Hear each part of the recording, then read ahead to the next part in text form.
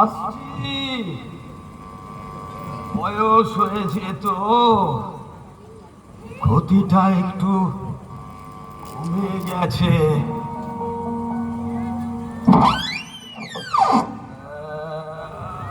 আপনাকে তো ঠিক। নমস্কার। নমস্কার। নমস্কার। আমি বিপি ব্যাংক থেকে আসছি। ও আচ্ছা, কিন্তু আমি তো গত সপ্তাহে আপনাদের ব্যাংকে গিয়েছিলাম। জানি। তা আপনি এত কষ্ট করে আপনার মূল্যবান সময় নষ্ট করে আসতে গেলেন কেন? একটা ফোন করে দিলে না, আমাকে আসতেই হতো। তারা কত ব্যস্ত, আপনাদের সময়ের খুব দাম কি না? আমি বাতিল ঘোড়ার মতো বেকার মানুষ, তাই বলছিলাম আর কি। না না, আপনি সিনিয়র মানুষ। এই দেখুন, আপনাকে বাইরে এতক্ষণ দাঁড় করিয়ে রেখে কিছু মনে করবেন না ম্যাডাম। আসুন, ভিতরে আসুন।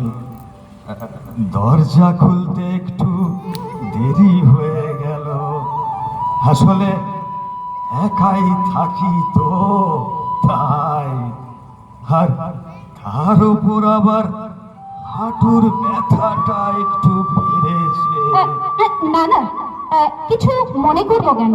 ঠিক আছে। বসুন, এই চেয়ারটায় বসুন। Thank you, thank you sir. একটু চা খাবে? না না, আমি চা খাবো না। আপনিও বসুন না।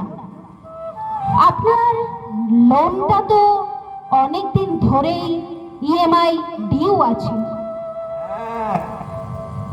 জানি ম্যাডাম, কিন্তু কি করবো বলুন? তবে আপনি কোনো চিন্তা করবেন না ম্যাডাম, আমি সুদে আসলে আপনাদের সব টাকা শোধ করে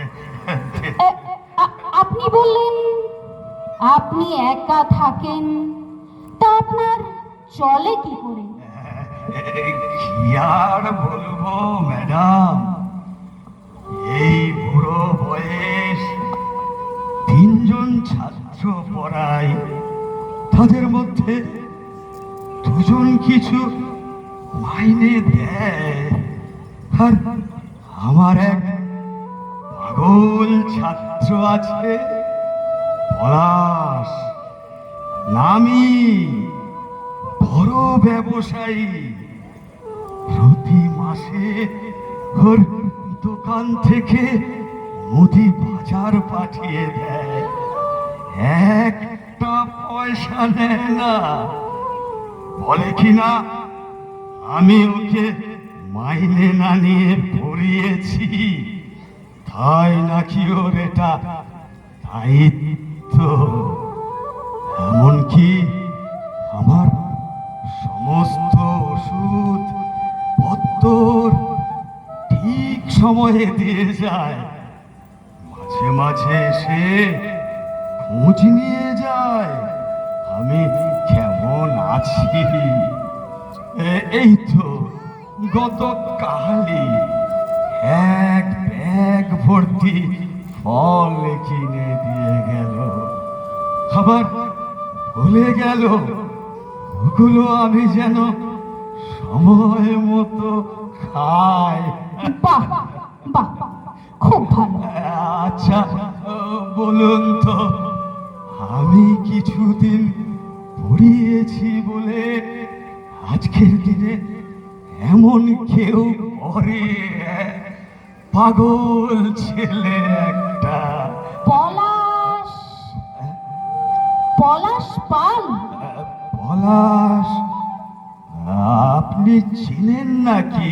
না, ওই মানে বড় ব্যবসায়ী তো, আমাদের ভালো কাস্টমার, তাই আর কি। ও আচ্ছা, জানেন ম্যাডাম, বড় ভালো ছেলে পলাশ, এত ধনী ব্যবসায়ী, কোনো অহংকার নেই, কোনো গরিমা নেই, ধন্যী মায়ের ছেলে। ভগবান এমন পলাশদের জন্ম দিয়ে পাঠান ঘরে ঘরে। ভাগ্যবান বাবা মায়ের কোলে এমন পলাশদের জন্ম হয়। টেবিলে রাখা ওই ছবিটাতে সাদা ফুলের মালা। আমার স্ত্রী উমা 1 বছর হলো আমাকে ছেড়ে চলে গেছে। ছেড়ে চলে গেছেন মানে কোথায় গেছেন? যেখানে গেলে আর কেউ ফিরে না। ও সরি সরি। ক্যান্সার হয়েছিল, যখন ধরা পড়ল ডাক্তার বাবুরা বলেই দিয়েছিলেন কোনো আশা নেই। আচ্ছা বলুন তো, আশা নেই বলে কি চোখের সামনে একটা মানুষকে তিল তিল করে মরে যেতে দেখতে হবে? মানুষ কি একটু চেষ্টা করবে না? বলুন না। আমি সেই চেষ্টাটুকুই করেছিলাম। যদি আর কটা দিন বাঁচিয়ে রাখা যায়, পারিনি। আমি পারলাম না। আপনি আপনি শান্ত হন। Sorry sorry madam. আর স্ত্রীর চিকিৎসা করাতে গিয়েই আপনার সর্বস্ব, এমনকি পুরানো সামান্য সোনার গহনা ছিল, সব শেষ। আপনার আপনার প্রিয় ডান হাতের আংটিটা পর্যন্ত চলে গেল। কিন্তু সে কথা আপনি কি করে জানলেন? আমরা ব্যাংকার স্যার। আর তাছাড়া তাছাড়া আপনার হাতের আঙুলে আংটির নিশানা এখনো রয়েছে।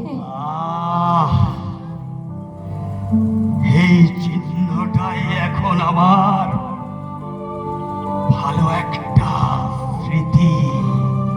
আপনি তো বললেন আপনার স্ত্রী 1 বছর হলো গত হয়েছে, কিন্তু আপনার লোনটা তো অনেক আগে নিয়েছেন এবং অনেক বড় অ্যামাউন্ট। আসলে কি জানেন ম্যাডাম, নিজে তো পড়াশোনা তেমন করতে পারিনি। এই কোন রকম বিকম গ্রাজুয়েশন। হঠাৎ বাবা মারা গেলেন। পরিবারের একমাত্র ছেলে হিসেবে সংসারের দায়িত্ব নিতে হলো। শুরু হলো টিউশন পড়ানো। মাঝে রায়বাবুদের রাইস মিলে দোকানের চাকরি পেলাম। সকাল 10টা থেকে বিকেল 5টা পর্যন্ত মিল, আর সকালে 6টা থেকে 9টা এবং সন্ধ্যা থেকে রাত 11টা অবধি টিউশন। আপনি ক্লান্ত হয়ে পড়তেন না? না না, ক্লান্ত হইনি। আমি তো শিক্ষক, অধ্যাপক হতে চেয়েছিলাম। নিজেকে শিক্ষক ভাবতে বড় ভালো লাগে। 2011 সালে মিল বন্ধ হয়ে গেল। আমার কিরানি জীবন ঘুচল। আমার চলল সারাদিন টিউশন, উঠোন জুড়ে ছেলে মেয়েদের কিচির মিচির। থামলেন কেন? বলুন না, বলুন। স্যার, জানেন ম্যাডাম, আমার সামান্য আয় সত্ত্বেও আমার একমাত্র পুত্রের কোনো অভাব রাখিনি। ওর বিদেশে পড়ার সুযোগ যখন এলো, আমার সাধ্যে কুলোলো না। তাই ব্যাংক থেকে ঋণ করতে হলো। গর্বে আমার বুক ভরে উঠল। আমার ছেলে বিদেশ যাবে পড়াশোনা করতে। মনে হলো আমি যেন বিদেশ যাচ্ছি পড়তে। কত কত স্বপ্ন।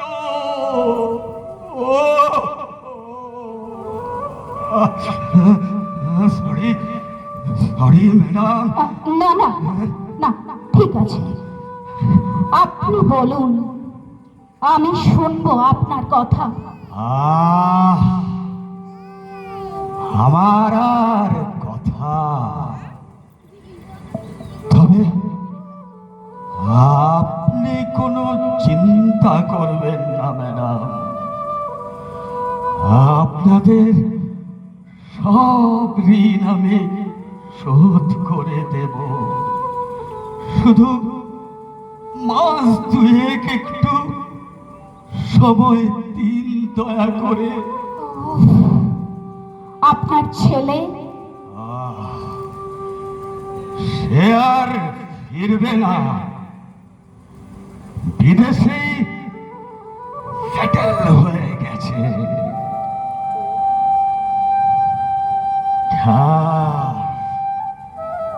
কি বা করবে ফিরে? কি আছে এই বাড়িতে? আপনার খোঁজ খবর, খরচাপাতি? ওর মায়ের মৃত্যুর পর 40,000 টাকা পাঠিয়েছিল। আমি সে টাকা ফেরত পাঠিয়ে দিয়েছি। কোনো ফোন টোন? আগে ফোনটার দিকে যে অপেক্ষা করতাম, এই বুঝি খোকার ফোন এলো। এখন আর অপেক্ষা করি না। তবে পলাশ ফোন করে। আরো 2-3 জন আমার ছাত্রছাত্রী আছে। ব্যস্ততার মাঝেও ফোন করে খোঁজ খোঁজ খবর নেয়। হুম, বুঝলাম। নিন, এই ফর্মটার নিচে এই যে যেখানে টিক চিহ্ন দেওয়া আছে, এই দুটোতে সই করে দিন। ফর্ম? না ম্যাডাম, আমি আপনাদের সব ঋণ শোধ করে দেব, শুধু মাস দুয়েক একটু সময় দিন। আমি প্রায় সব ব্যবস্থা করে ফেলেছি। ব্যবস্থা মানে? এই বাড়িটা বিক্রি করে দেব। বাড়ি বিক্রি? আর আপনি?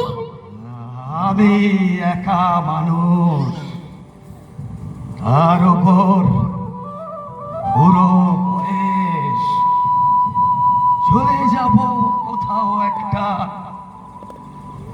বাড়িটা বিক্রি করে যে টাকা পাওয়া যাবে, তাতে আপনাদের ঋণ শোধ করে বাকিটা কোনো একটা বৃদ্ধাশ্রমে দিয়ে দেব। আর ওখানেই বাকি কটা দিন, যতদিন না মৃত্যু এসে নিয়ে যায়। আপনি আপনি চুপ করুন, চুপ করুন স্যার। এ বাড়ি বিক্রি হবে না। নিন, নিন, সইটা করুন স্যার। বাড়ি হবে না মানে? আপনি বোধহয় আমাকে এখনো চিনতে পারেননি। আমি চন্দ্রানী বসু। সোম, বুধ, শুক্র, সন্ধে 6টার ব্যাচ, 2013 থেকে 2019। 7 বছর আপনি আমাকে একটা পয়সা না নিয়ে পড়িয়েছেন স্যার। ও হ্যাঁ, চন্দ্রানী, আমি তো চিনতেই পারিনি। শৈশবে বাবা মারা যাওয়ার পর মা আমাকে নিয়ে দিদার কাছে চলে আসে। পরে মা আবার অন্য একজনকে বিয়ে করে চলে যায়। দিদা আমাকে ফেলতে পারেননি। আমি দিদার গলায় জল ভর্তি কলসি হয়ে ঝুলে রইলাম। একদিন দিদা আমাকে আপনার কাছে নিয়ে আসেন, বিনা পয়সায় পড়ানোর আবদার নিয়ে। থাক না সেসব কথা। না না, থাকবে না স্যার। সেদিন আপনি ফিরে